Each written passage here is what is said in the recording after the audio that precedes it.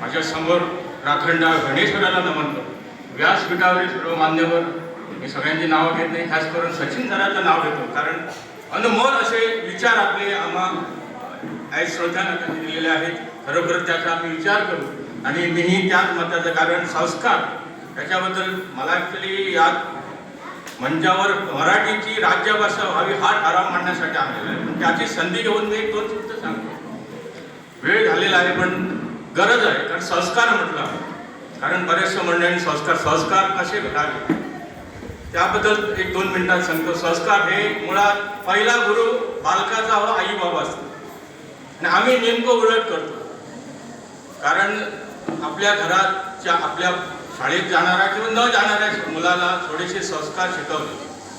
त्यांनी सांगितल्याप्रमाणे दिवा लावताना शुभंकरोती शिकवतो, तर त्या मुलाचं केंद्रबिंदू असतो आमचं, तो शुद्ध होतो.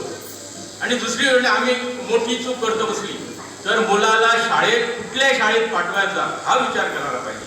जास्त करून मराठी शाळेत पाठवा, जेणेकरून आमचे संस्कार, आमची कला, आमचे आत्ता जे बऱ्यापैकी दिंडी सादर केलेले ते गीत म्हटले जाते, ते अभंग म्हटले जाते, ते सगळे मराठीत आहे. आमची गीता मराठीत आहे, संस्कार सगळे मराठी, आम्ही जी पूजा करतो ती मराठीत आहे.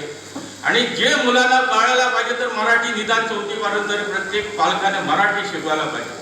आणि पुढचं जे शिक्षण असतं ते नेमकं आम्ही उलट करतो. इंग्लिशचं एक आमच्या डोक्यात वाईट विचार आलेले की इंग्लिश आपल्या मुलांना शिकायला पाहिजे. इंग्लिश शिकावं, इंग्लिश ही व्यावहारिक भाषा आहे, शिकावी, पण मराठी ही पक्की झाली पाहिजे मुलांची. कारण मराठीनंतर जे सचिन सरांनी सांगितले की बाकीचे संस्कार प्रत्येक क्षत्रियानं, प्रत्येक मराठ्यानं आमचे वेद शिकले पाहिजे, त्याही मताचा मी. कारण वेद शिकल्यानंतर जो मनीस आपल्या हिंदूसाठी परपक्ता होतो, कोणी त्याला कन्वर्ट करू शकत नाही. ही काळाची गरज आहे. प्रत्येक मुलाने आपल्या बालाला मराठी शाळेत टाका. आता दुसरे सांगायचं म्हणजे आम्ही काय करतो, इथं प्राथमिक शिक्षण गव्हर्नमेंट शाळेत चांगल्यापैकी शिकतो, पण 5वीत पाठवताना आम्ही वाळपेला कुठच्या शाळेत पाठवतो, अवलडी किंवा इंग्लिश. माझी एक विनंती आहे की चुकूनही पाठवू नका.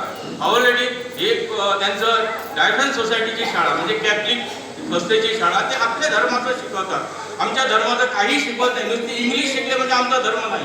इंग्लिश केव्हाही शिकते, इंग्लिश सोपी सगळ्यात भाषा, पण मराठी कठीण आहे. कारण उच्चार मराठीचे आहे ते खूप उच्चार, ते ठ ड ड म्हटल्यानंतर आपल्या जिभेला वळणदार होतो आणि मुलं परिपक्व होतात. इंग्लिश भाषा शिकतात, की कुठची भाषा ती शिकू शकतात. म्हणून विनंती आहे की वाळपे शाखेला प्राध्यापक राजाराम सांडेने सांगितलं की डॉक्टर बळीराम हेगडेवारांची गेली 5-6 वर्ष हायस्कूल सुरू आहे, हनुमान विद्यालय सुरू आहे.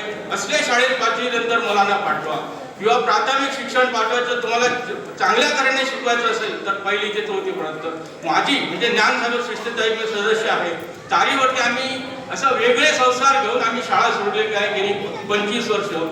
इथून मला वाटतं कालच आम्हाला नारायण गावकरने सांगितलं की आम्ही इथून कंपळून 10 मुलं तुमच्या शाळेत पाठवतो आणि गाडीची व्यवस्था झाली तर नक्की पाठवणार. ते आमचा प्रयत्न चालू आहे. आमचे सांगायचं म्हणजे आमच्या प्राथमिक शाळेमध्ये मागे आता सूत्ररंजन करणारी एक व्यक्ती आहे, कीर्ती गावडे, ही टीचर आहे. मला वाटतं टीचर म्हणून तिचं ओळख कोणी केला, हे बऱ्यापैकी टीचर आहे. ती थोडी दिवस आमच्या शाळेत शिकवत, तिला माहीत आहे की आमची शाळा काय शिकवते. नुसतं पुस्तकी ज्ञान शिकवत नाही, पुस्तकापेक्षा अणिगाणी संस्कार म्हणून असतात. आमच्या शाळेत मला वाटतं गणपती चतुर्थीला काय करतात, म्हणजे पदार्थ कसले करतात, गणपती कुठल्या मातीत बनवतात हे सुद्धा शिकवलं जातं. मोदक कसे करतात, नागपंचमी कशी साजरी करतात, म्हणजे ते कसे नाग करतात, पातोळीपासून शिकवलं जातं.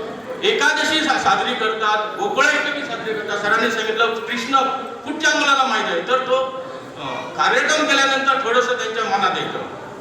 एकादशी वारी कशी करतात, नुसती वारी म्हणतो, पण जे वारीत जाणारी माणसं आहेत ती कशी चालत जातात, एखाद्या वारीचा माणूस आणून त्याचे विचार आम्ही मुलांना त्याचं बौद्धिक ज्ञान देतो. त्याचबरोबर शाळेत आमची आता महादेई आहे, महादेईचं आम्ही एक दिवस पूजन करतो. आणि मला वाटतं कुठलीही गोव्याची शाळा पावसाळ्यात ट्रेक करत नाही.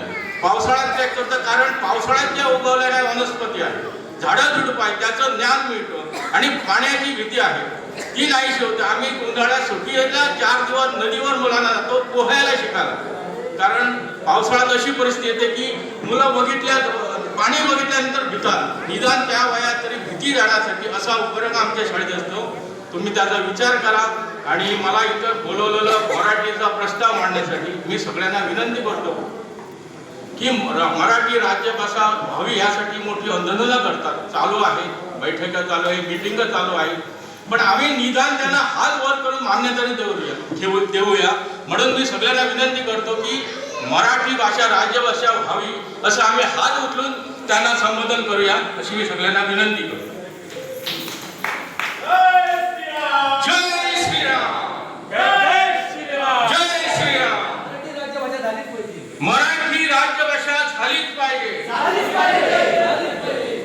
धन्यवाद. तसंच